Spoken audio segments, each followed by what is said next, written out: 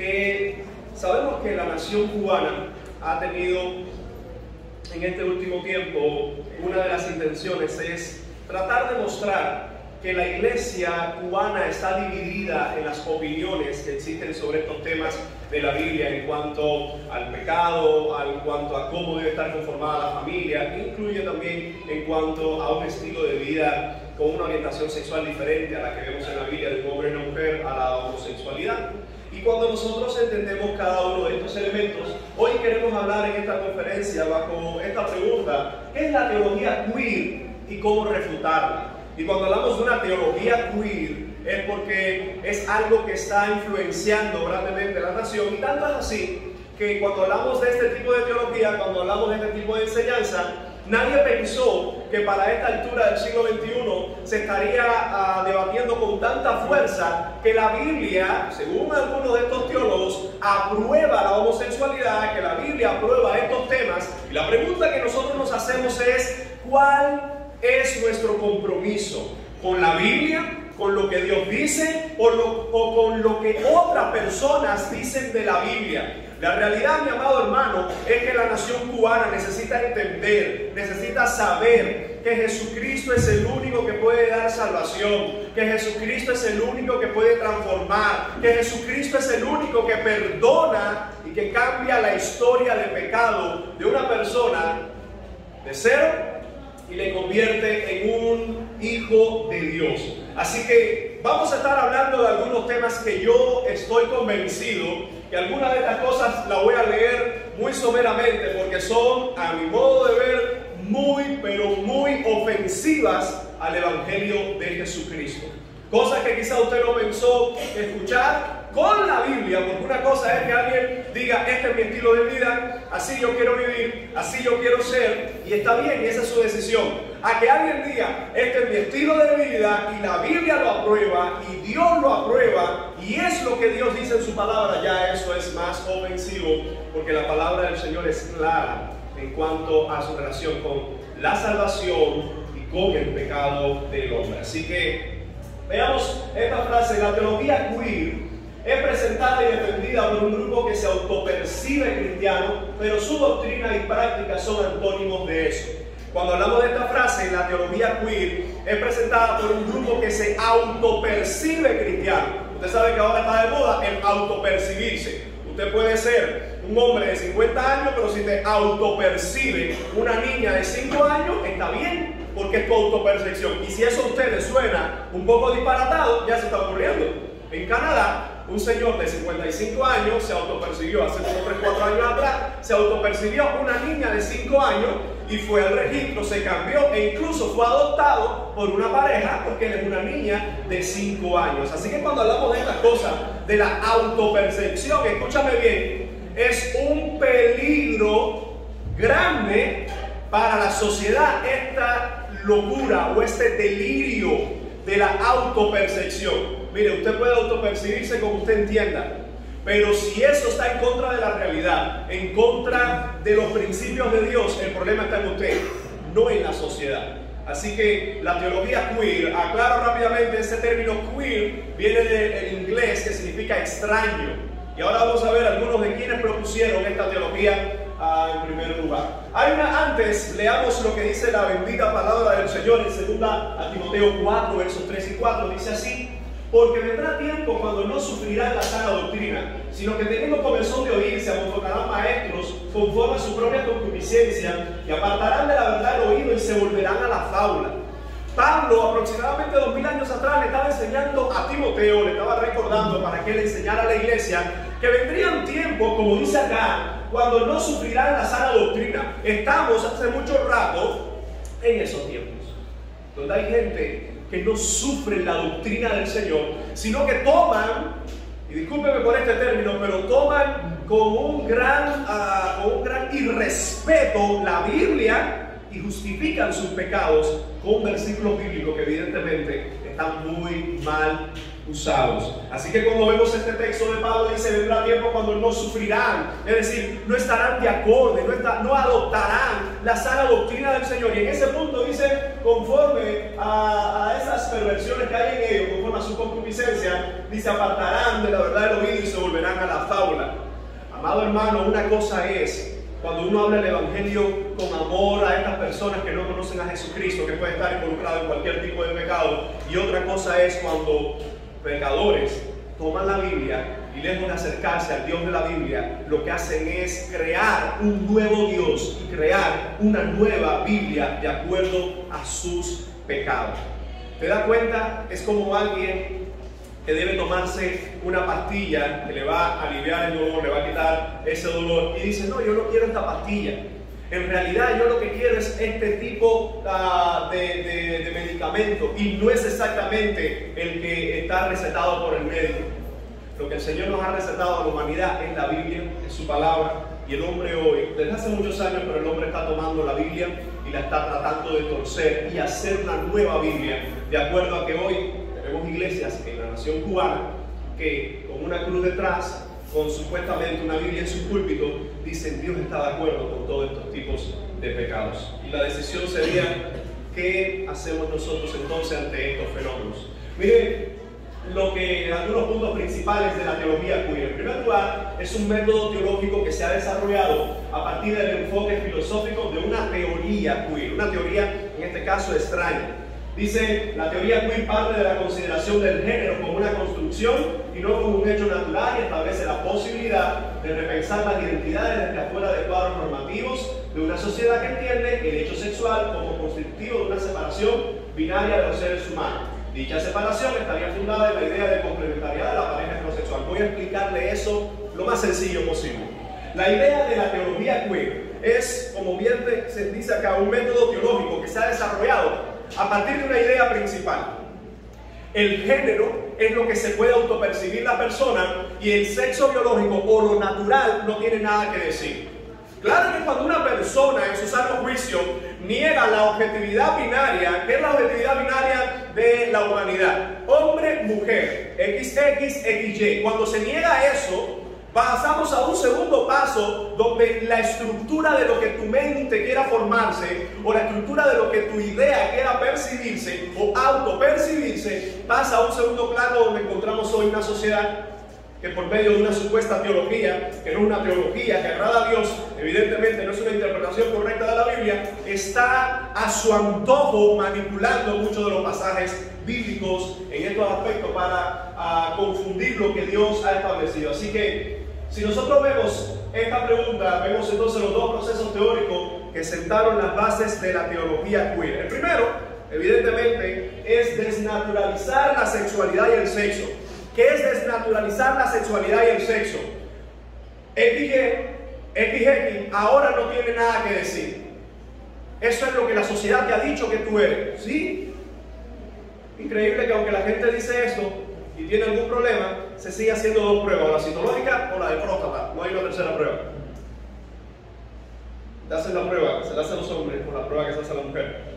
Fíjense, mis hermanos, que si nosotros vemos este punto, la teoría feminista francesa, denominada materialista construccionista, representada por Simone de Beauvoir, hemos hablado de esta señora en algún momento, Simone de Beauvoir, Christine Delphi, Monique Wittig, cada una de estas mujeres llegó a decir en su momento que la mujer no existe, la mujer es una construcción social, es decir, tú naces y tú eres lo que tú cuando seas mayor decidas ser, no lo que la gente te diga que eres.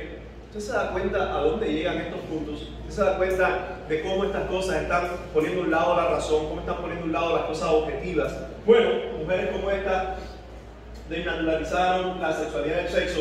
La formulación del sistema sexo-género de Gary Rubin también, del lado anglosajón. Y por otra parte tenemos la desnaturalización del género de Judith Butler. Esta feminista americana, ella hablaba que la identidad como una construcción social relativa de un contexto sociohistórico sujeta a continuas transformaciones. Se lo voy a decir todavía más sencillo.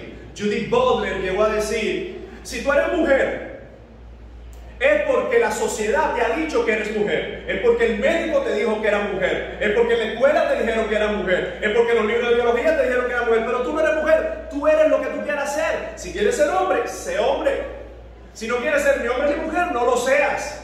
Tanto ha influenciado estos postulados y estos pensamientos que hoy hay personas que ya creen en la postura de ser transgéneros y transespecies. Los transespecies, bueno, hay una señora en Argentina que se considera que es una yegua, ¿no?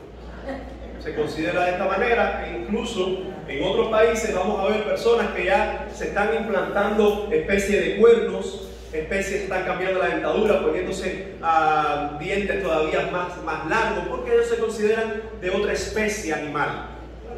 Hermanos, ¿a dónde llega una sociedad? ¿A dónde llega un corazón cuando le da la espalda a Dios y a las cosas objetivas que Dios ha puesto en la naturaleza? Así que avancemos un poco más acá. Construidos sobre estudiosos como Michael Foucault, Galen Rubin, diferentes, bueno, Judith Butler, la teología queer comienza con la suposición de que la no conformidad del género y el deseo de gays y lesbianas siempre han estado presentes en la historia humana, incluida la Biblia. Ahí es donde empieza entonces a complicarse y a surgir esta teología queer como algo que es grandemente preocupante, porque antes las personas que tenían ese estilo de vida decían, así yo quiero ser. Ahora, según estos postulados, son personas que quieren ese estilo de vida, pero dicen, no, pero Dios me justifica. ¿Se da cuenta cómo ha habido un cambio? No es lo mismo, bueno, independientemente que Dios exista o no exista, yo quiero ser así. Ahora, con estas teologías, tenemos iglesias. ¿Quién podía pensar que eso ocurriría?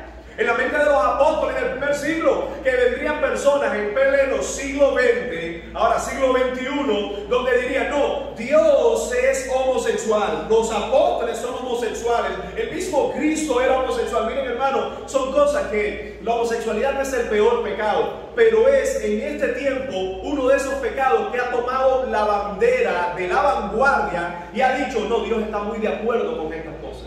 No hay personas que se dedican quizás al robo y digan, Dios está de acuerdo con el robo y Dios incluso es un ladrón. No. Pero en estos puntos, recordemos que personas que tienen estos estilos de vida no son nuestros enemigos. Personas que tienen ese estilo de vida, esa es su decisión, ese ha sido el camino que han tomado. Pero aún así entendamos que Cristo puede dar salvación y Cristo puede transformar las vidas, ¿verdad? Así que veamos entonces algunos de estos autores rápidamente, y como les decía, prometo no ser muy específico en lo que ellos dijeron, porque para mí, les confieso que en mi estudio individual estas cosas me han afectado cuando leo hasta qué punto estas personas denigran la santidad de Dios. Y digo que me ha afectado porque lo he tenido que leer, para cuando hablemos de estos puntos saber hasta qué nivel llegan estas personas de tomar el nombre de Jesucristo y tirarlo por el piso. ¿Okay? Este primer señor, la opinión de Hugh William Montefiore sobre la juventud de Jesús. Miren lo que dice este señor, brevemente, no voy a especificar mucho, en uno de sus escritos. Un artículo leído en la Conferencia de Hombres de Iglesia Moderno, ya por ahí vean el título, titulado Jesús, la revelación de Dios. Montefiore ofrece una interpretación controvertida de los primeros años de la vida de Jesús. Montefiore argumenta que Jesús no era consciente de su vocación como Mesías hasta aproximadamente los 30 años, y esa vocación, por tanto, no puede explicar el celibato de Jesús. Miren lo que está diciendo este señor, que Cristo no estaba consciente de que él era el Mesías hasta que cumplió 30 años. Por eso es que no hay cómo explicar que a ese tiempo, de los 30 años, él no se casó. Montefiore encuentra la explicación de que Jesús era homosexual consistente con su identificación con los pobres y oprimidos. Escuchen, hermano, qué cosa está diciendo este señor. Todos los evangelios sinópticos muestran a Jesús en una relación cercana a los forasteros y los no amados. Publicanos y pecadores, prostitutas y delincuentes se encuentran entre sus conocidos y compañeros. Si Jesús fuera de naturaleza homosexual, y esta, según Montefiore, es la verdadera explicación de su estado de celibato, esto sería una prueba más de la autoidentificación de Dios con aquellos que son inaceptables para los defensores del establecimiento y las convenciones sociales. ¿Saben por qué yo te estoy leyendo a este hombre? ¿Saben por qué he decidido traer un estudio sobre esta teología? Porque eso en Cuba lo están poniendo por la televisión cubana. En Cuba lo están poniendo la iglesia. Aunque unos fundamentalistas están en contra de esto, mire cómo la iglesia, de hecho ese fue el propósito del programa cristiano donde llevaron al pastor, que gloria al Señor por cómo lo usó, pero la otra representante en gran medida está de acuerdo con todos estos teólogos. con todos estos teólogos y es necesario saber qué es lo que dicen esos teólogos. Recuerden, no para incitar al odio, para tomar acciones represivas, no, para orar por estas personas y sobre todo para identificarnos que nosotros no estamos de acuerdo con estas interpretaciones que toman la Biblia y la tiran por el piso. ¿Ok? Entonces, según este señor Montefiore, lo que está diciendo en pocas palabras es que Cristo, miren, yo a veces no quiero ni repetir esto y le pido al Señor siempre que me dé sabiduría, porque poner esas palabras de ellos en mi boca me siento a veces hasta mal. Ese señor dice todas esas aberraciones del mismo Jesucristo, mi hermano hermano. Increíble. Voy a ponerte otra señora, Marcela Altas Rey. Esta falleció ya, una defensora de la teología queer, quien se basó en la teología de la liberación. Teología de la liberación, para aquellos que recuerdan, década del 70, década del 80, algunos sacerdotes católicos promueven que la Biblia es un libro revolucionario, que la Biblia es un libro donde Cristo vino para salvar a los pobres del imperio. ¿Les suena eso? Teología de la liberación, la que Frei Beto, un estrecho amigo de Fidel Castro, tuvo muy a coordinación y vino, incluso todavía sigue viviendo aquí y hablando de algunas cosas interesantísimas e increíbles por la televisión sobre alimentos y cosas así, pero su especialidad evidentemente no es la alimentación, sino esta cuestión de la teología de la liberación. ¿Qué plantea la teología de la liberación? Que más que salvación del alma, salvación del pecado, Cristo vino para dar libertad a los pobres, y en esa libertad a los pobres liberarlos de los imperios, y en esa libertad a los pobres liberarlos del imperio. Cristo, siendo un revolucionario, nos manda a nosotros a ser ese tipo de personas revolucionarias que luchemos siempre por los pobres. Hermanos, eso no es lo que enseña la Biblia. Cristo vino para libertar a los pobres, sí, pero Él vino para libertar a los pobres, a los cautivos, a los ricos, a todo el mundo del pecado. Eso es la teología bíblica, no esta teología de la liberación década del 70-80. Así que esta señora, basada mucho en esta teología latinoamericana, interpretó la Biblia de una manera que ella consideraba positiva para la mujer, las personas queer y el sexo. Para esta señora, la teología debería estar conectada con el cuerpo y la experiencia vivida. Fíjense cómo dice, ella puso de esta manera la idea: las teologías sexuales indecentes. De hecho, tiene un libro llamado Teología Indecente. Créanme, no hay corazón para leer el libro entero. Yo tuve que leer varias de sus páginas y hasta el momento que dije, mira, no quiero saber más de esto. Por cómo esa señora toma el libro y toma a la persona de María, toma a los apóstoles, toma a todo el mundo y empieza a hacer cada interpretaciones que, hermano, eso es blasfémico, lo que se está diciendo. Pero bueno, ahí está esta señora. Ese es el encuentro con la indecencia y con la indecencia de Dios, porque ella plantea en su tesis que basta ya de una teología decente donde el hombre y la mujer forman una familia y las relaciones sexuales para esa. Eso es decente, según ella, claro que es decente, pero ella dice que lo que necesita la sociedad es una teología que sea indecente. Fíjense, por lo menos en eso sí no se equivocó, es verdad que ella reconoce que tiene que ser indecente para, por supuesto, justificar sus pecados. Y déjenme hablar de un tercer personaje, que es John McNeil, un sacerdote jesuita abiertamente gay y un defensor y conferencista de la teología queer. Su trabajo se enfoca en impulsar una nueva y cambiante estructura cristiana que sea verdaderamente inclusiva de los cristianos homosexuales y lesbianas. Miren, una sencilla definición de esto: nosotros amamos a los pecadores, sí, nosotros fuimos pecadores y el Señor nos salvó, pero cuando nosotros hablamos de cristianos, no existen cristianos ladrones, no existen cristianos mentirosos, no existen cristianos homosexuales, existen cristianos que luchamos con el pecado pero no tenemos una vida de pecado, que podemos pecar pero no estamos continuamente practicando el pecado. Por eso es indecible, ¿verdad? Es incontrastable, no funciona, antagónico decir un cristiano y poner un calificativo de un pecador en la práctica. Así que desde esta postura, John McNeil argumenta que no es suficiente exigir aceptación, sino luchar por una iglesia que brinde una comunidad que permita el enriquecimiento espiritual y moral de los cristianos gays y lesbianas. Esta inclusión se puede lograr comprometiéndose y permitiendo que los cristianos gays y lesbianas no solo participen en dicha comunidad, sino que sean líderes en el ministerio. ¿Acaso nuestra iglesia tiene las puertas abiertas para todo tipo de personas, ladrón, mentiroso, ateo, para personas homosexuales? Sí, porque este es el lugar donde venimos aquellos que entendemos que no depende de nosotros, sino de Jesucristo, nuestra salvación, nuestro perdón.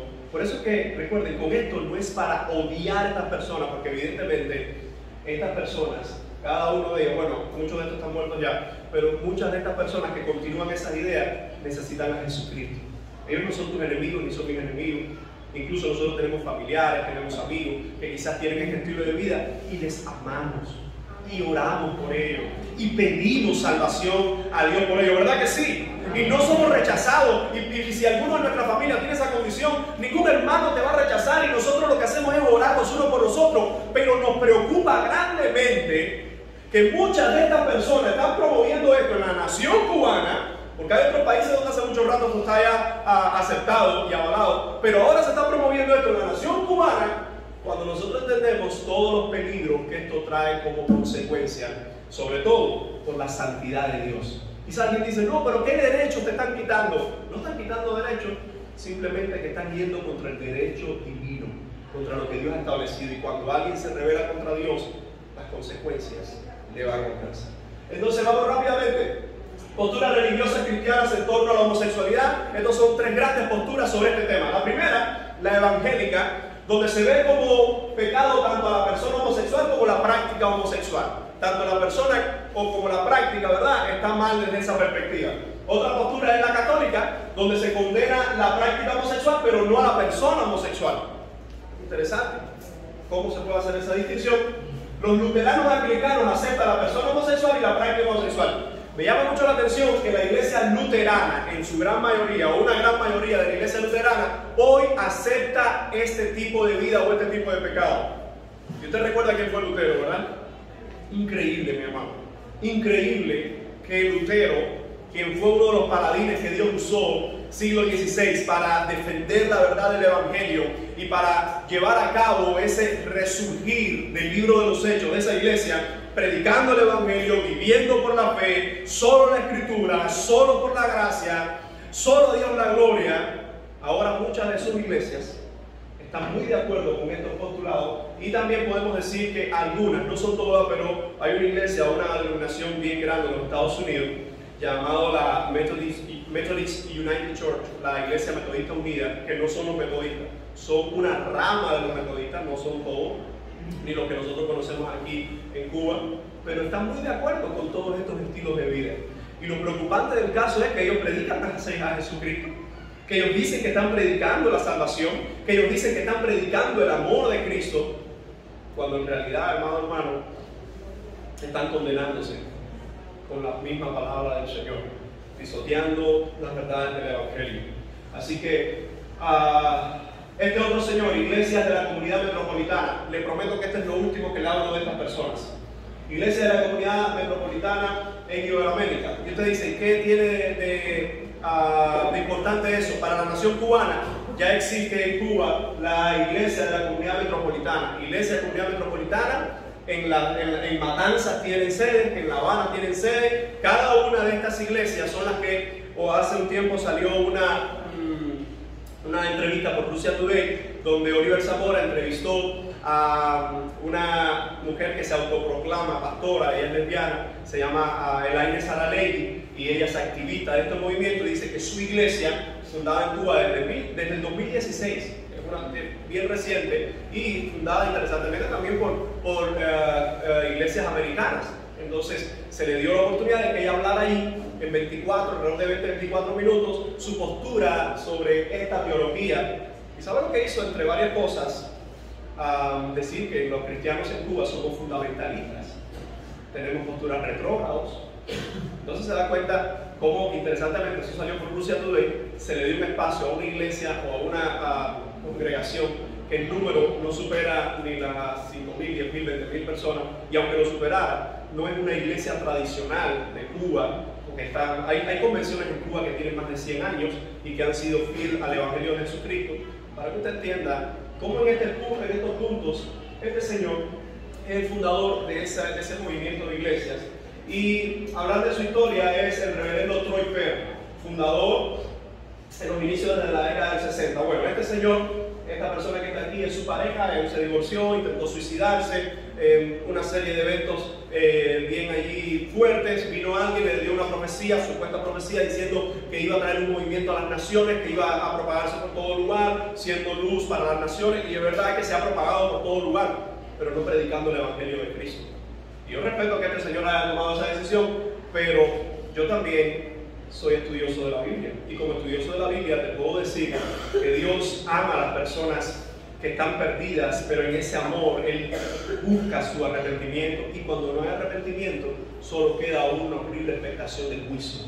Si por eso me quieren decir retrógrado, si por eso me quieren decir que estoy en contra de todas estas cosas, verdad que te puedo decir que no me interesa, porque yo prefiero quedar bien con Dios y su palabra que manipular la palabra, que cambiar la palabra para quedar bien con los hombres. Amado hermano, estamos viviendo tiempos bien difíciles con estos temas. Así que el 6 de octubre de 1968, en el Huntington Park, California, el departamento del reverendo Troy Perry, se realizó el primer culto con 12 personas, con todo este tipo de características, y hoy son miles alrededor del mundo. ¿Cuál es la declaración de esa iglesia?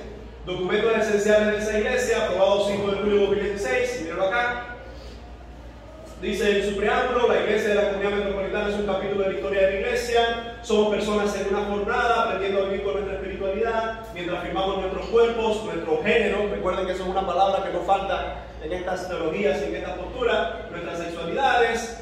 Nuestro capítulo comienza cuando Dios nos dice: vengan, vean y prueben. Esto es como la declaración de fe. Miren lo que dice su declaración de fe: vengan, vean y prueben. Jesucristo, tú invitas a todas las personas a tu mesa abierta. Y no voy ni a leer más, para que usted entienda por dónde viene cada una de estas posturas. Una refutación entonces bíblico-teológica a cada uno de estos postulados. Si nosotros hablamos de una declaración de lo que dicen estos temas, entonces es necesario que nosotros podamos refutar con la Biblia. Voy a hablar rápidamente de 10 ideas principales que tienen como consonancia estos movimientos y qué dice la Biblia al respecto. En primer lugar, una de las ideas equivocadas que maneja este tipo de teología es el argumento queer, sería: el arcoíris representa la diversidad, es nuestra bandera, nos presenta como una comunidad que tiene diversidad sexual más allá de la heterosexualidad.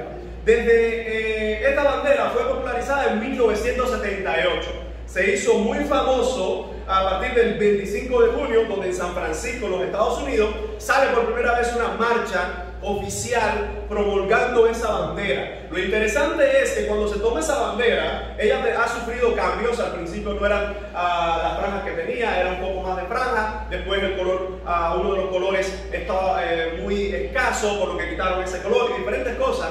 Y hoy usted ve que incluso hay cristianos que no se atreven a poner un pullover con el arcoíris. ¿Por qué? Porque esta comunidad ha tomado el arcoíris y dice que es su representación. Pero la pregunta sería: ¿dónde está el arcoíris?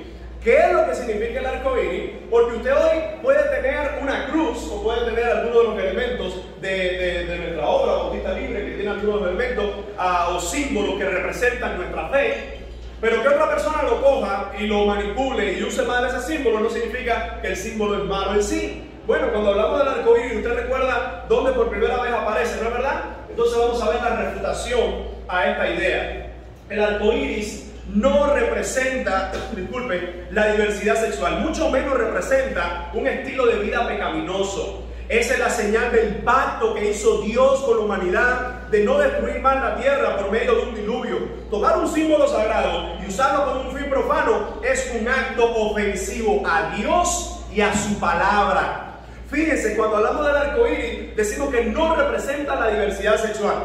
Si vamos a la palabra del Señor, nos vamos a dar cuenta que en Noé aparece en Génesis 9, del 9 al 17, la historia dice que el arcoíris serviría de señal para recordar, dice literalmente, que no habrá más diluvio de aguas para destruir toda carne. La primera vez que aparece el arcoíris allá en el libro de Génesis es por una promesa, o más bien un pacto que Dios ha hecho con su pueblo, y en este caso que ha hecho con la humanidad, diciendo: no voy a destruir más la tierra por agua. Y sale el arcoíris. ¿Qué han hecho estas personas? Evidentemente necesitan de Jesucristo y su gracia. Ellos han tomado y han dicho: no, esta es la señal de la diversidad sexual. No, cualquier cosa menos eso. Esa es la señal de un pacto que Dios hizo con la raza humana, que hizo con la creación de no destruirles más. ¿Y recuerda por qué le destruyó Dios? Por el pecado. Interesantemente que hoy, bajo las connotaciones del pecado, muchos tomen estas cosas para entonces justificar su pecaminosidad. Voy rápidamente a otro de los argumentos que usa la teología queer. La Biblia nos enseña a amar al prójimo, no a odiarlo, no a juzgarlo, criticarlo. Aquellos que no apoyan a la comunidad LGBTIQ+, no cumplen con este mandamiento. Dios es amor. Por tanto, debemos amar y apoyar a todas las personas independientemente de su preferencia sexual. Usted lee esto así de pronto y usted dice, wow, yo estoy de acuerdo con todo eso, pero vamos una línea a la vez. En primer lugar dice, la Biblia nos enseña a amar al prójimo. Sí. No odiarlo. Sí, la Biblia nos enseña a no odiarlo ahí. No a juzgarlo, criticarlo. Bueno, permiso.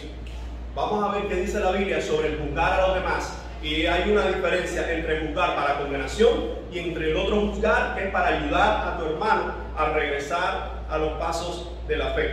Antes de eso quiero citarme, por cuestión de tiempo solo le voy a mencionar alguno. El antropólogo Patrick Chapman, disculpen, expresa en el título de su reconocido libro lo que los evangélicos dicen realmente a los gays. Él dice ahí que la ley del amor nos obliga a aceptar a las parejas del mismo sexo. Fíjense.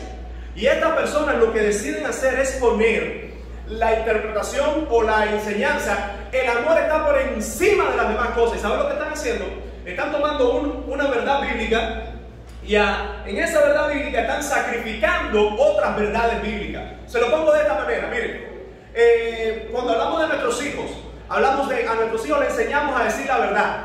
Pero imagínense que usted viene su hijo y su hijo le dice, no papá, yo te amo tanto, pero en ese amor tan grande que yo te tengo, mira, yo me robé esto porque yo quería darte este regalo. Es decir, hay dos principios allí: que nuestros hijos nos amen, que es un principio noble, un principio que todos le enseñamos, pero que roben bajo la justificación de ese amor es inconcebible. Y usted le va a decir, si tú verdaderamente me amas, ahora estás castigado, vas a regresar, vas a devolver lo que tomaste que no era tuyo y vas a pedir disculpas. ¿Por qué razón? Porque la Biblia nos enseña que un principio no puede sacrificar u oponerse a los demás principios. Entonces, en esa perspectiva, decía este autor Chapman, que la ley del amor nos obliga a justificar lo que todo el mundo hace o la preferencia sexual que la gente tiene. Hay otro autor de apellido Esfero, un defensor apasionado del cristianismo gay, según él, afirma lo siguiente: por lo tanto, si bien es cierto que usted hace todo lo posible por amar a su prójimo como a sí mismo, a través de sus acciones, ya que el sentimiento no tiene nada que ver con ello, no aceptaría, afirmaría, apoyaría y defendería a su prójimo gay como le gustaría. Fíjense, otra de las cosas que toman estos autores,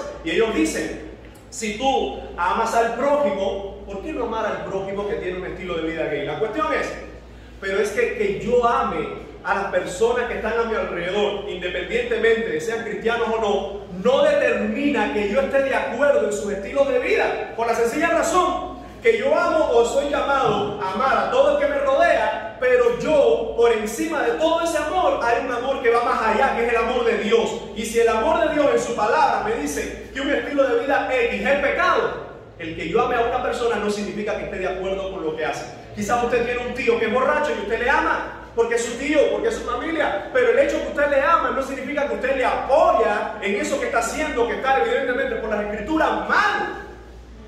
Ahora, muchos de estos lo que toman es, estos autores, fíjense, les leo una frase más de este autor de apellido Esfero, que él dice, basado en el texto, el que no ama no ha conocido a Dios porque Dios es amor. Él dice, la Biblia está en contra de la práctica homosexual, no es más que simplemente un secuestro diabólico del evangelio por fariseos homofóbicos egoístas de los tiempos modernos. Toma ahí una frase bien ofensiva.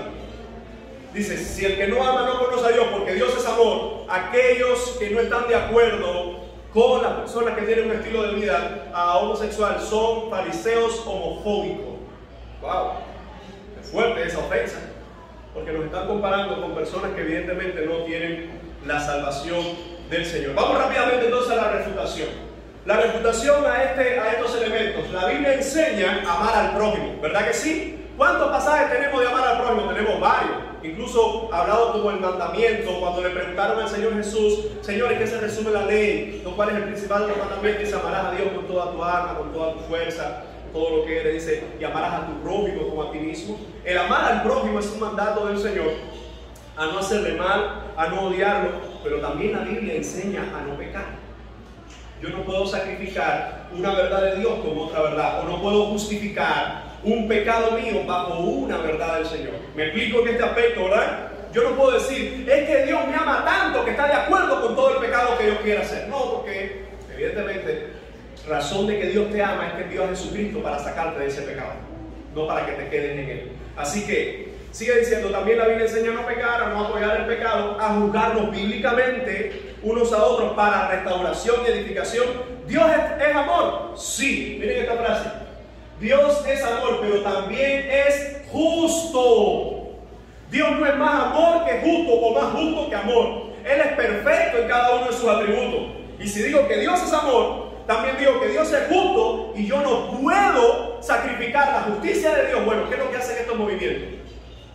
Apoyan el pecado, incluso algunos de ellos, ya en algunos de estos países, muchos pastores están teniendo problemas con la ley, porque vienen homosexuales que dicen, queremos casarnos, queremos que nos den la bendición pastoral, queremos que nos den la bendición de la Biblia, porque Dios está de acuerdo. ¿Cómo que Dios? Sí, hay iglesias que ya enseñan que Dios está de acuerdo con todo esto, incluso predican la Biblia. ¿Sabe a dónde llegamos? Que hace como 6, 7, 8 meses, creo que sabe un poco más, una iglesia en Canadá se autoproclamó con la primera mujer que era pastora atea. Una iglesia. Cuando yo escuché esa noticia, incluso quizás todavía está en internet, y le ponen la foto de la mujer, una pastora que es atea. Pero ¿cómo puede ser? ¿Cómo puede ser esa mujer? Independientemente, hermanos, a dónde está llegando la sociedad. Eso es lo que hace el pecado. El pecado nos destruye, nos aleja de Dios y nos lleva al borde del impensable, por no decir una palabra que sea más ofensiva. Entonces, Dios es amor, pero también es justo, Él es perfecto en todos sus atributos. Una muestra maravillosa de amor al prójimo es predicar el Evangelio de Cristo para la salvación del pecado y del infierno. Déjenme ver rápidamente, desglosar esto. Lo primero que debemos entender es la definición de pecado. ¿Qué es pecado según la Biblia? Pecado según la Biblia viene de diferentes palabras que se resumen. Hay una muy importante en el Nuevo Testamento, que es hamartía, que es errar al blanco de a propósito. ¿Qué significa errar al blanco a propósito? ¿Qué significa pecado? Como a los niños se les enseñó, todo lo que pensamos, decimos, hacemos o no hacemos, que debíamos hacer y que a Dios no le agrada. Es decir, todo lo que pensamos, decimos o hacemos que a Dios no le agrada. Pecado de acción, pecado de omisión, que es algo que yo tenía que hacer y no lo hice. Pecado de pensamiento. En base a esas tres definiciones, o a estas definiciones, pecado es todo aquello que va contra la santidad de Dios y la Biblia es clara. Yo no puedo decir esto es pecado o esto no es pecado de acuerdo a mis gustos. Hay personas que cogen la Biblia y quieren coger con pinza. Y esta es la Biblia que me gusta, o este es el libro que me gusta, o este no me gusta, esto no era para mí. Esto no me gusta, era para Israel. Esto no me gusta, era para los judíos. Así. La Biblia no se puede tener la Biblia con preferencia. O toda ella es la palabra de Dios para ti, o nada de ella es para ti. Y fíjense entonces, cuando nosotros vemos esto, la definición de pecado, claro que muchas de estas personas están definiendo pecado. No existe pecado. Claro, hay que decir que no existe pecado. ¿Por qué razón? Porque solo la palabra les condena. Ahora, dice la palabra, solo puedo leer un texto, porque la paga del pecado es muerte, mas la dádiva de Dios es vida eterna en Cristo Jesús Señor nuestro. La paga, el miserable salario del pecado, ¿qué cosa es? La muerte. Por eso es que cuando vemos a este tipo de personas hay que decirle con amor y predicarle con amor de la Biblia. ¿Sabe por qué? Porque ellos están tomando el remedio, la Biblia, la palabra de Dios, y lo están convirtiendo en la principal arma de su destrucción. Porque se están condenando más, tomando lo santo y sagrado de Dios que muestra el camino de la salvación en Jesucristo. En la Biblia nos muestra el camino verdadero del Señor en Cristo, y lo están convirtiendo en su principal veneno. Ahora, desde esa perspectiva, nosotros entendemos que la palabra del Señor nos muestra que la paga del pecado es la muerte. La Biblia enseña a juzgarnos bíblicamente, ¿sí o no? Bueno, hay un pasaje que la Biblia nos enseña a no juzgar. Entendamos el contexto de Mateo 7, 1 al 2. No juzguéis para que no seáis juzgados, porque con el juicio con que juzgáis seréis juzgados, y con la medida con que medís os será medido. Tenemos por una parte que se nos dice que no juzguemos. Pero ahora yo te voy a leer otro pasaje que se enseña a juzgar.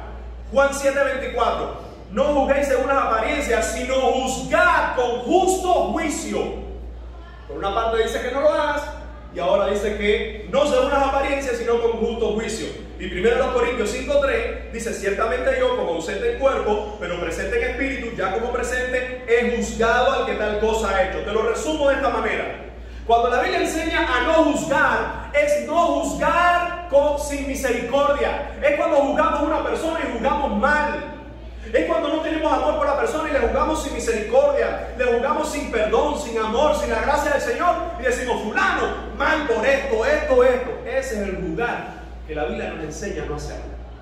Pero en otro contexto, el juzgar que se nos enseña es que yo veo a mi hermano haciendo algo que está mal y con amor voy a orar por él, voy a interceder por él, y si Dios me da la oportunidad voy a hablarle: cuidado con lo que estás haciendo, eso no está bien. ¿Por qué tú me juzgas? Yo no te estoy juzgando para destrucción, yo te estoy juzgando según la palabra para edificación de tu vida, para que salgas de esa condición. Entonces mucha de esta gente dice: no, la Biblia enseña a no juzgar. Sí, a no juzgar según las apariencias, a no juzgar mal, a no juzgar sin misericordia. Entonces, desde esa perspectiva, nosotros entendemos que Dios es amor, por supuesto, pero recordemos, también el fuego consumidor. Recordemos, Dios ama, sí, Dios perdona, sí, pero también juzgará. Solo te voy a leer un texto que refuerza esto. Hebreos 10:29-31 dice: ¿cuánto mayor castigo pensáis que merecerá el que pisoteara al Hijo de Dios y tuviere por inmunda la sangre del pacto de la cual fue santificado, e hiciere afrenta al Espíritu de gracia? Pues conocemos al que dijo: mía es la venganza, yo daré el pago, dice el Señor. Y otra vez el Señor juzgará a su pueblo. Verso 31: horrenda cosa es caer en manos del Dios vivo. A veces los cristianos no pensamos mucho en esto, porque evidentemente nosotros no somos hijos de juicio o hijos de ira, sino que hemos sido salvados y rescatados por el Señor, y lo que hay para nosotros es bendición, salvación y su cuidado. Pero un día nosotros estábamos reos de este juicio. Un día nosotros fuimos hijos de ira. Y hoy las personas que todavía continúan alejados de Dios y en contra de Dios, hay una horrenda expectación de juicio para Él. Se da cuenta entonces que cuando uno habla la palabra a estas personas, y fíjense, hay una gran diferencia, porque hay personas que tienen estos estilos de vida que no les interesa para nada estas cuestiones. Estoy hablando de las leyes que se quieren aprobar y todas estas cosas. Ellos están en su vida muy cerrados y ahí es donde quieren estar.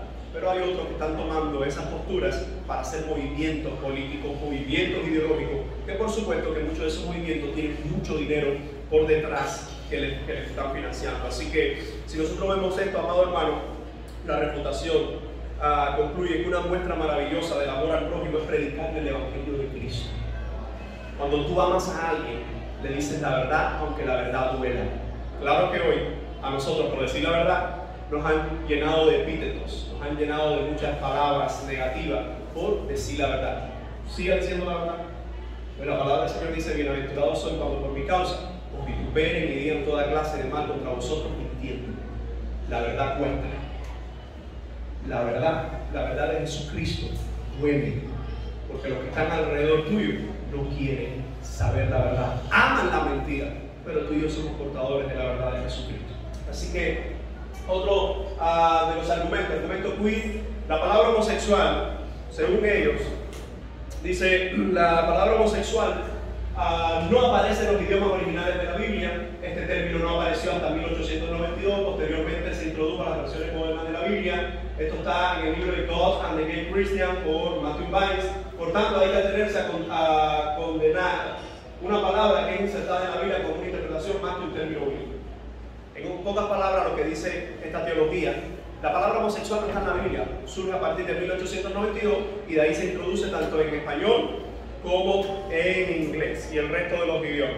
Bueno, esto ya les muestro uno de los libros que lo plantea. El único problema con esto, cuando nosotros lo vamos a refutar, es cierto que el término homosexual es más bien moderno, por lo que implica esta palabra, mantiene estrecha relación con otros términos que sí aparecen de la Biblia, malacos y arcelocoides, y con y son condenados como pecado delante de Dios. A ver, evidentemente ninguna palabra que usted busque en la Biblia hoy en español aparecía al principio en los idiomas originales. ¿Por qué? ¿Por qué? No vamos a encontrar ninguna palabra en español en los idiomas originales, porque los idiomas originales no son escritos en español. ¿Se da cuenta del argumento? Que es un argumento que cuando la gente, wow, mira, es verdad, eso no... Espérate. Tú estás diciendo que el término homosexual no aparece porque es un término moderno, pero es un término moderno, sí, pero la Biblia que fue escrita en hebreo y en griego tiene otros términos que hablan de la estructura o la connotación de la vida homosexual. Por ejemplo, uno de ellos, vamos a leer en la palabra del Señor, en 1 Corintios, dice así, 1 Corintios 6, 9, ¿no sabéis que los injustos no heredarán el reino de Dios? No erréis, ni los fornicarios, ni los idólatras, ni los adúlteros, ni los afeminados. Esa palabra afeminado dice, no, hay otras traducciones que plantean los homosexuales, dice, ni los que se echan con varones. La cuestión aquí es que la palabra que se usa ahí para malacos o arsenocoite, malacos significa esa persona suave al tacto que tiene la tendencia de la mujer, el gusto de la mujer, la expresión de la mujer. No es sencillamente alguien que tenga un poco la mano amanerada, es una persona que tiene los gustos, los rasgos, las características y las intenciones de una mujer, un hombre que tiene ese tipo de actitud. En el idioma original se muestran estas dos palabras, y el arsenocoite, que en la Biblia habla de los sodomitas. Esos sodomitas son los que se echan con varones, está hablando tanto de la pareja pasiva como activa. Dice, ambos, dice, esa persona no heredará el reino de Dios, pero me gusta más cómo termina el pasaje diciendo, en el mismo 1 Corintios 6, dice, verso 11, y esto erais algunos, mas ya habéis sido lavados, ya habéis sido santificados, ya habéis sido justificados en el nombre del Señor Jesús. ¿Sabe lo que está diciendo? Que si hay personas con ese estilo de vida, que en Jesucristo pueden ser salvos, que en Jesucristo son perdonados. De hecho, la palabra 1 Corintios 6, verso 11, nos muestra que en Jesucristo esas personas fueron cambiadas. ¿Te das cuenta entonces que no hay pecado del que el hombre no pueda salir? Por medio de la gracia del Señor. Desde esa perspectiva entonces nos damos cuenta que esta refutación, o más bien ese argumento, se tira completamente por el suelo. Voy a pasar rápido al otro. Cristo nunca habló de la homosexualidad, de hecho fue inclusivo, pues siempre estaba rodeado de prostitutas, publicanos, pecadores. Imitemos a Jesús. Escuchen qué peligroso está esto. Cristo nunca habló de la homosexualidad. Es cierto que no habló de la homosexualidad directamente, pero Cristo tampoco habló de la bestialidad. ¿Qué es la bestialidad? Personas que tienen sexo con animales. Por eso significa que Cristo estaba de acuerdo con sexo con animales. Cristo no habló de la pedofilia. ¿Qué es la pedofilia? Personas que tienen sexo, relaciones sexuales con niños menores de edad. Y por eso significa que Él estaba de acuerdo con ese punto. ¿Se da cuenta cómo se usa esto para mostrar una cara que la Biblia no tiene? Ahora fíjense lo que dice. Cristo no habló de la homosexualidad. De hecho, fue inclusivo. ¿Qué es lo que es inclusivo? Está de acuerdo con todo lo que las personas quieren hacer, sí, todo, que vengan. Pero miren lo que dice, pues siempre estaba rodeado de prostitutas, publicanos y pecadores. Imitemos a Jesús. Cristo siempre estuvo rodeado de prostitutas, publicanos y pecadores. Bueno, la mayoría de las veces estaba rodeado. Pero para estar rodeado de esa persona, una cosa es estar rodeado de esa persona y otra cosa es estar rodeado practicando las cosas que hacen esas personas. Y voy a explicarlo rápidamente. Bueno, hay un autor, James Robinson, es el primer obispo abiertamente homosexual. En un libro del 2012, él declara que nadie puede discutir con el amor, que haciéndose la pregunta, ¿qué haría Jesús? Él dice, nadie puede decir con certeza lo que Jesús pensaría y haría en respuesta al desarrollo del siglo XXI. Claro que todas estas personas toman a Jesús y no lo hacen Dios, sino que lo hacen un hombre que no sabe todas las cosas, que necesita aprender mucho.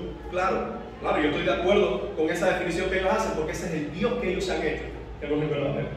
¿Ok? Entonces, la refutación a esto, vamos rápidamente. En primer lugar, Cristo habló directamente sobre lo que es el matrimonio en los evangelios. Fíjense que Él expresa en Mateo, por ejemplo, 5:31-32, cualquiera que repudre a la mujer y le carta de divorcio, es decir, Cristo no habló de la conducta homosexual, pero sí habló del elemento base de la familia, y es el matrimonio, y lo habló como ¿qué? Como la unión de un hombre y una mujer. Así que, aunque no directamente dijo la homosexualidad es pecado, dijo la familia, la unión de un hombre y una mujer es lo que Dios ha establecido. Bueno, y ahí está el argumento, ¿verdad? Derribado. Siguiente, cuando dice, habló de la homosexualidad en el Antiguo Testamento, muy importante. ¿Quién inspira el Antiguo Testamento? ¿Quién inspira toda la Biblia? El Espíritu Santo. Y cuando hablamos de Cristo, ¿Cristo comienza a existir en el Nuevo Testamento? No, Cristo es Dios y Él existió de siempre, es eterno. Y cuando hablamos de Cristo, lo vemos incluso en el Antiguo Testamento, en varias manifestaciones que se conocen como la teofanía. Y cuando vemos Génesis 1:1, ¿quién estaba creando? ¿Quién estaba, verdad, por medio de la palabra, haciendo todas las cosas? Cristo, la Trinidad se encuentra allí. Entonces, aunque en el Nuevo Testamento directamente Jesús, en su ministerio terrenal, no habló de la homosexualidad, sí lo habló en el Antiguo Testamento, pero lo otro es, ¿y por medio de quién hablaron los apóstoles? Pablo, cuando habló de los estilos de vidas pecaminosos en Romanos, de las mujeres que habían dejado el uso natural por los hombres, al revés, por mujeres con mujeres, hombres con hombres que habían dejado ese uso establecido por Dios. Bueno, por medio de Jesucristo. Ahora, hablar de la homosexualidad, la Biblia es una unidad, no varias, ¿verdad? Como han dicho, no varias historias separadas. Ahora, ¿Cristo se rodeó de pecadores? Sí, pero no les apoyó en sus pecados, sino que les predicó el evangelio de arrepentimiento y salvación. Solo puedo ponerte algunos ejemplos. La mujer sorprendida en adulterio. Dice Juan 8:11, ni yo te condeno, vete y no peques más. Una mujer adúltera, estaba rodeado de ella. ¿Estuvo de acuerdo con su pecado? No. Le dice, vete y no peques más. Voy a hablar, porque ellos dicen también, publicanos, Zaqueo. ¿Recuerda a Zaqueo? Después de una actitud de arrepentimiento dijo, hoy ha venido la salvación a esta casa, por cuanto él también es hijo de Abraham, porque el Hijo del Hombre vino a buscar y a salvar lo que se había perdido. Entonces Cristo se rodeó de Zaqueo. ¿Fue inclusivo con Zaqueo? Sí. Pero él llamó a Zaqueo, atrajo a Zaqueo, no para Cristo hacer lo que estaba haciendo Zaqueo, sino para que Zaqueo dejara lo que estaba haciendo y convertirse por completo a Jesucristo, entregarse por completo a Él, que su estilo de vida mostrara esto. Leví al publicano, otro publicano más, dice que cuando él llamó a Leví para que le sirviera, este le hizo al maestro un banquete en su casa, y cuando los escribas y fariseos notaron esto, comenzaron a murmurar contra los discípulos preguntando, ¿por qué coméis con publicanos y pecadores? La respuesta de Jesús fue maravillosa.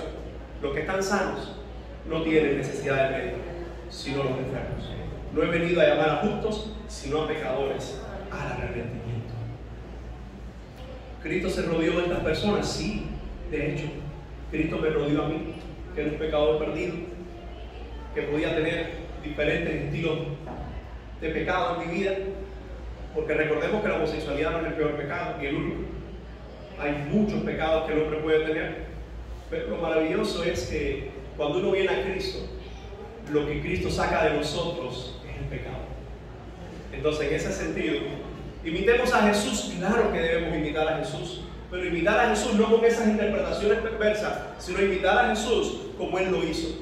Nosotros mismos tenemos amigos, tenemos familia y le seguimos predicando el Evangelio y seguimos orando por ellos porque estamos imitando a Jesús. Voy rápido entonces a otro de los argumentos queer. Los cristianos son patriarcales, homófobos, retrógrados, misógenos, machistas, etc. ¿Y por qué digo que esto es un argumento? ¿Sabe por qué esto es un argumento?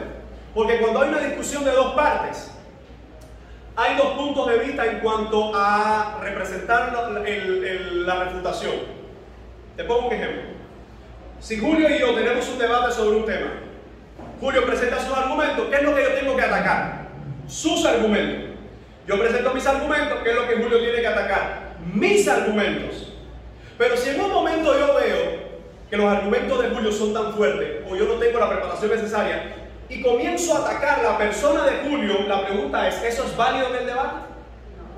No, porque no estamos llamados a atacar a la persona, sino a atacar los argumentos, lo que está presentando, lo que está defendiendo, porque eso es una refutación civilizada, ¿no es verdad? No estamos en el siglo XII, no estamos en el siglo VIII, no estamos en medio de las guerras, ni que sacamos una espada y porque no estoy de acuerdo contigo te arranco la cabeza. Así que cuando nosotros hablamos de la refutación, muchas de estas comunidades, o incluso por la misma televisión cubana, por los medios oficiales, esto no es escondido para nadie, los medios oficiales Nos han dicho que somos fundamentalistas, que incluso por la mesa redonda se dijo que tenían gran preocupación porque ese pastor que había estado ahí argumentando agresivamente su postura de vista, dijo la periodista que estaba, la entrevistadora, dice, me preocupa, ¿qué se le van a enseñar a esos niños? Porque si le enseñan a esos niños, esos son los mismos niños que van a ser entonces homofóbicos en las escuelas. ¿Usted se da cuenta de lo que esa mujer dijo de mí? Dijo de ti, dijo de los cristianos. Eso es ofensivo. ¿Y dónde nos dieron la oportunidad para refutar lo que esa mujer dijo? Una periodista que debe tener toda la ética profesional posible para estar en un programa que es oficial de la nación cubana, ofendiendo así, y ya. Y nadie se para y dice, no, mire, ese es su punto de vista, pero hay otro punto de vista. Bueno, ¿cómo respondemos a estas cuestiones de los cristianos son patriarcales, retrógrados y todas estas cosas? Lo que se intenta hacer con esas manifestaciones es anular el debate.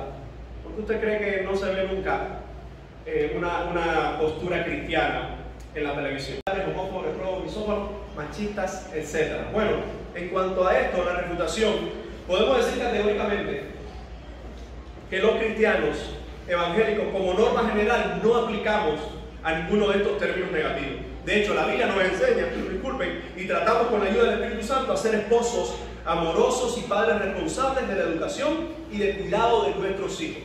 En una ocasión alguien me dijo, no, pero es que hay muchos cristianos que están ofendiendo por las redes sociales. No, no son muchos cristianos, y muchos de ellos a veces yo dudo que sean cristianos, porque el cristiano que ha entendido el amor de Jesucristo, la palabra de Cristo, no va a tomar ni las redes sociales ni ningún lugar para ofender a la gente, porque el Señor no llamó a ofender a nadie. Entonces muchas veces usan un mal ejemplo, no, porque el cristiano, porque ese se dice que es cristiano y está ofendiendo y está diciendo que todo el mundo es un demonio. Bueno, hay que ver qué tipo de personas, pero la iglesia como norma general, nunca de este púlpito, y yo creo que nunca de los púlpitos cristianos de las iglesias consagradas a la palabra de Dios en Cuba, van a incitar al odio, o van a incitar a la ofensa, o van a incitar a una guerra violenta. Nadie haría eso con los conceptos bíblicos que tenemos. Ahora, en cuanto a ese punto, la Biblia nos enseña a los maridos, que nos dice, maridos, amad a vuestras mujeres, a las mujeres que enseñan, obedeced a vuestros maridos. Cuando dice a los padres, que dice, no provoquéis a ir a vuestros hijos. Mire, si se habla de una norma que sea de bien para la sociedad, yo creo que la iglesia no se puede desestimar bajo ningún concepto. Porque ¿qué le enseñamos en la iglesia a los padres? A cuidar a sus hijos. ¿Qué le enseñamos a los hijos? A respetar a sus padres. Posiblemente hoy, en la nación cubana, sea en las iglesias donde más valores se le están dando a los niños que en muchas de estas escuelas. No porque no tengamos buenos programas o buenos maestros, es porque muchas de estas cosas se están politizando. No, hay que implementar esta ideología de género, hay que implementar todas estas cosas, porque eso viene de arriba, eso puede venir de donde sea. Que si no viene de la palabra de Dios, y más, y si va contra la palabra de Dios, yo decidí obedecer a Dios y a su palabra. Yo en mi casa, independientemente de las consecuencias que eso pueda traer. Así que, en base a este punto, bueno, patriarcales. Hablamos en una ocasión que el patriarcado no existe en Cuba y hemos hablado de muchas medidas para establecer eso. Voy a pasar a los últimos argumentos. Argumento queer: el pecado de Sodoma no fue la homosexualidad, sino la no hospitalidad. Esto aparece en este libro, la Biblia, el cristianismo y la homosexualidad, de Justin R. Campbell. Eso es un libro de teología queer. ¿Qué es lo que dice? A modo de resumen, que el pecado de Sodoma y Gomorra no fue la homosexualidad, fue la no hospitalidad. Tú dices, Dios mío, porque ahí no estoy hablando ni hebreo ni griego. Estoy hablando linealmente, que tú lees ese pasaje en español. Dice que el pecado fue la no hospitalidad. Claro, porque son personas que están aprobando o que aprueban los estilos de vida de la homosexualidad. Entonces, donde quiera que encuentren algo de homosexualidad, dicen, eso no se cumple. Qué tremendo. El criterio final del juicio sobre esta ciudad se cumple cuando por la noche todos los hombres de la ciudad comunitariamente van a la casa de Lot con intentos de violencia y perversión sexual para con los hospedados. Cuando le dicen, dennos a esos varones para que le conozcamos. Alguien dice, no, es que yo estaba un poquito eufórico, y le dicen, no, es que queremos conocerlo, ¿sabes? Mira, mi nombre, bueno, debe decir, no puedo decir ningún nombre aquí. Mi nombre es fulano de tal. No era ese el conocer que querían hacer. Incluso, ¿por qué lo sabemos? Por la misma respuesta que da Lot: mira, aquí están mis 2 hijas vírgenes, hagan con ellas lo que ustedes entiendan. Wow. Decir que fue la no hospitalidad. Evidentemente estas personas no son cristianos, ellos se autoperciben cristianos. Entonces, es que me quedo en blanco porque ¿qué voy a explicar yo de ese pasaje? Si solo leerlo te das cuenta que fue uno de sus pecados de perversión, fue la perversión sexual. No sé qué más puedo decir, porque eso en español se lee y se entiende todo el mundo, pero te das cuenta como algo que todo el mundo lo lee y sabe qué es lo que dice. Aún así te dicen no, era la no hospitalidad. Voy a pasar al siguiente.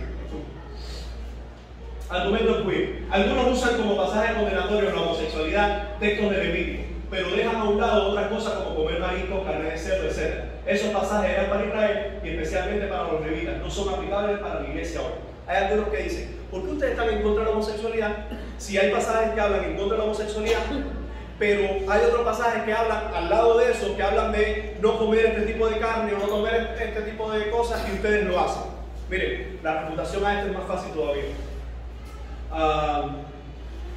Hubo algunas personas, existieron algunas leyes que Dios dio a Israel para mantenerlos separados de las naciones, como las leyes dietéticas, mientras que otras se basaban en prohibiciones morales universales que se aplicaban a todas las personas, como las leyes contra el asesinato, el adulterio, la práctica homosexual. Esas prohibiciones morales universales obviamente se aplican a todos los creyentes de hoy, mientras que las leyes dietéticas no. Cuando hablamos, el Señor le dijo a su pueblo: no comerás este tipo de carne. Ok, pero el Señor no le dice a todas las naciones: no coman este tipo de carne, sino que en un trato específico con su nación. Pero cuando le dice a su pueblo: no adulterarás, se lo dice a todas las naciones: no adulterarán. Entonces en el Nuevo Testamento vemos el cumplimiento que por medio de la oración, por medio de la santificación, disculpen, los alimentos son propuestos delante de Dios. Incluso tenemos un libro en Romanos, en el Nuevo Testamento, que dice que por motivo de conciencia, cuando se habla del alimento, que ore, que santifique los alimentos. Miren, hermano, esto es tremendo. Porque muchos están diciendo: no, la homosexualidad, eso está abolido. ¿Por qué razón? Porque la ley de no comer marisco también está abolida. No, hay leyes universales que continúan siendo recurrentes. Incluso el Nuevo Testamento vuelve a retomar cada uno de estos pecados. Entonces, si nosotros vemos lo que está ocurriendo acá en estos pasajes, la prohibición de la homosexualidad era universal. Vamos terminando entonces. Argumento queer, número 8. Hay varios pasajes bíblicos que muestran el amor homosexual. Uno de ellos es el amor de David con Natán. Otro de esos elementos que cuando lo leemos nos damos cuenta. Hay una frase que dice que el amor de David por Jonatán, dice: tu amor me fue más grato que el amor por las mujeres. Pero una de las cosas que nosotros sabemos es que cuando vemos el amor de David por Jonatán, no tenía nada que ver con un amor erótico u homosexual. ¿Por qué razón? El mismo texto lo dice. Incluso el pecado más grande de David fue después que se desvió con el amor de más mujeres. Y ese fue uno de sus desviaciones, incluso con Betsabé. Lo conocemos en el pasaje de adulterio. Así que la refutación a esto, el amor entre estos dos hombres es categóricamente un amor fraternal, un amor profundo entre amigos. Cualquier idea de amor erótico es contraria al carácter del texto, a la interpretación del mismo y al carácter de la historia y testimonio de David. Voy a pasar al penúltimo argumento. Cuando Jesús sanó al siervo del soldado romano, estaba afirmando su relación homosexual, ya que las palabras griegas, escuchen esto, usadas indican notoriamente que el siervo era amante del soldado, un esclavo sexual.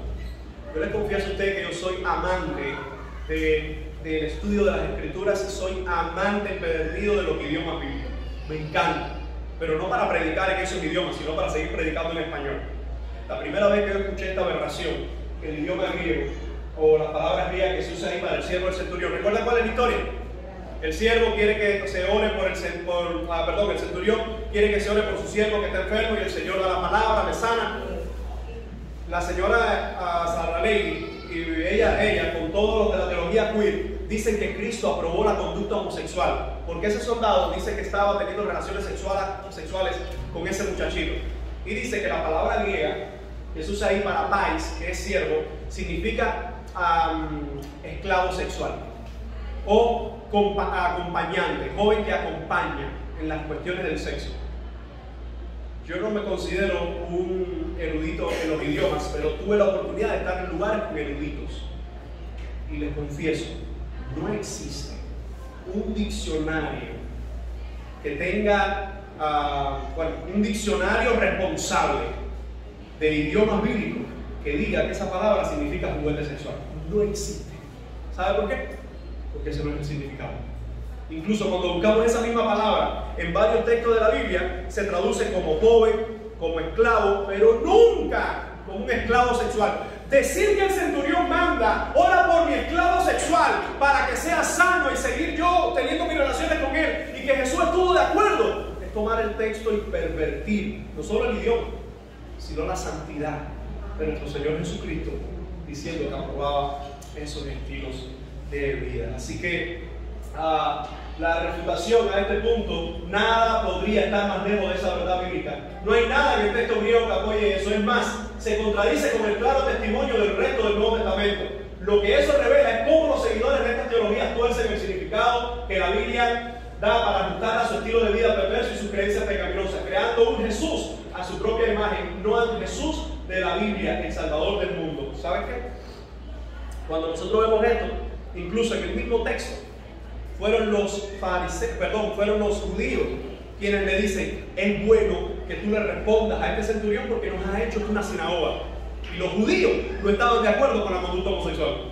Así que ni los mismos judíos hubiesen traído a alguien que tenía esa conducta. Incluso podían haber sido engañados los judíos, pero el Señor, que conoce todos los corazones, como en otro caso, le decía: arrepiéntete, o huye de tus pecados, o deja ese estilo de vida pecaminoso.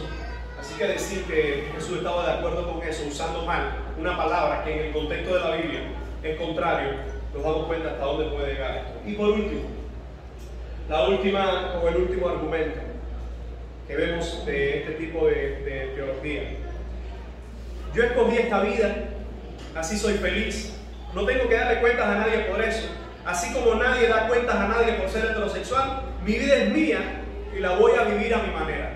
Hay muchos que lo dicen así, pero recuerden, ¿cuál es la respuesta de amor del Señor para este estilo de vida? Es cierto que puedes haber escogido esta vida, también es cierto que la puedes vivir como desees y que no quieras cambiar.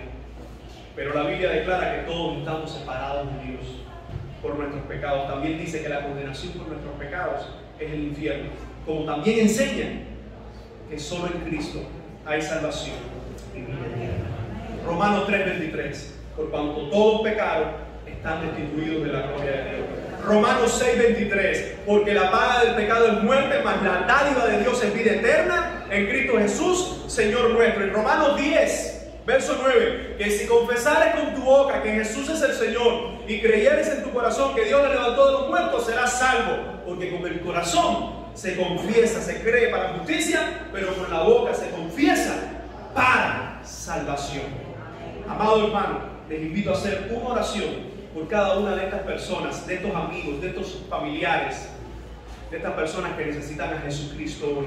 Como tú y yo un día fuimos salvos, vamos a orar por ellos. Padre, en el nombre de Jesús, te rogamos, Dios, te imploramos por cada uno de los exponentes de estas teologías, de estos estilos de vida.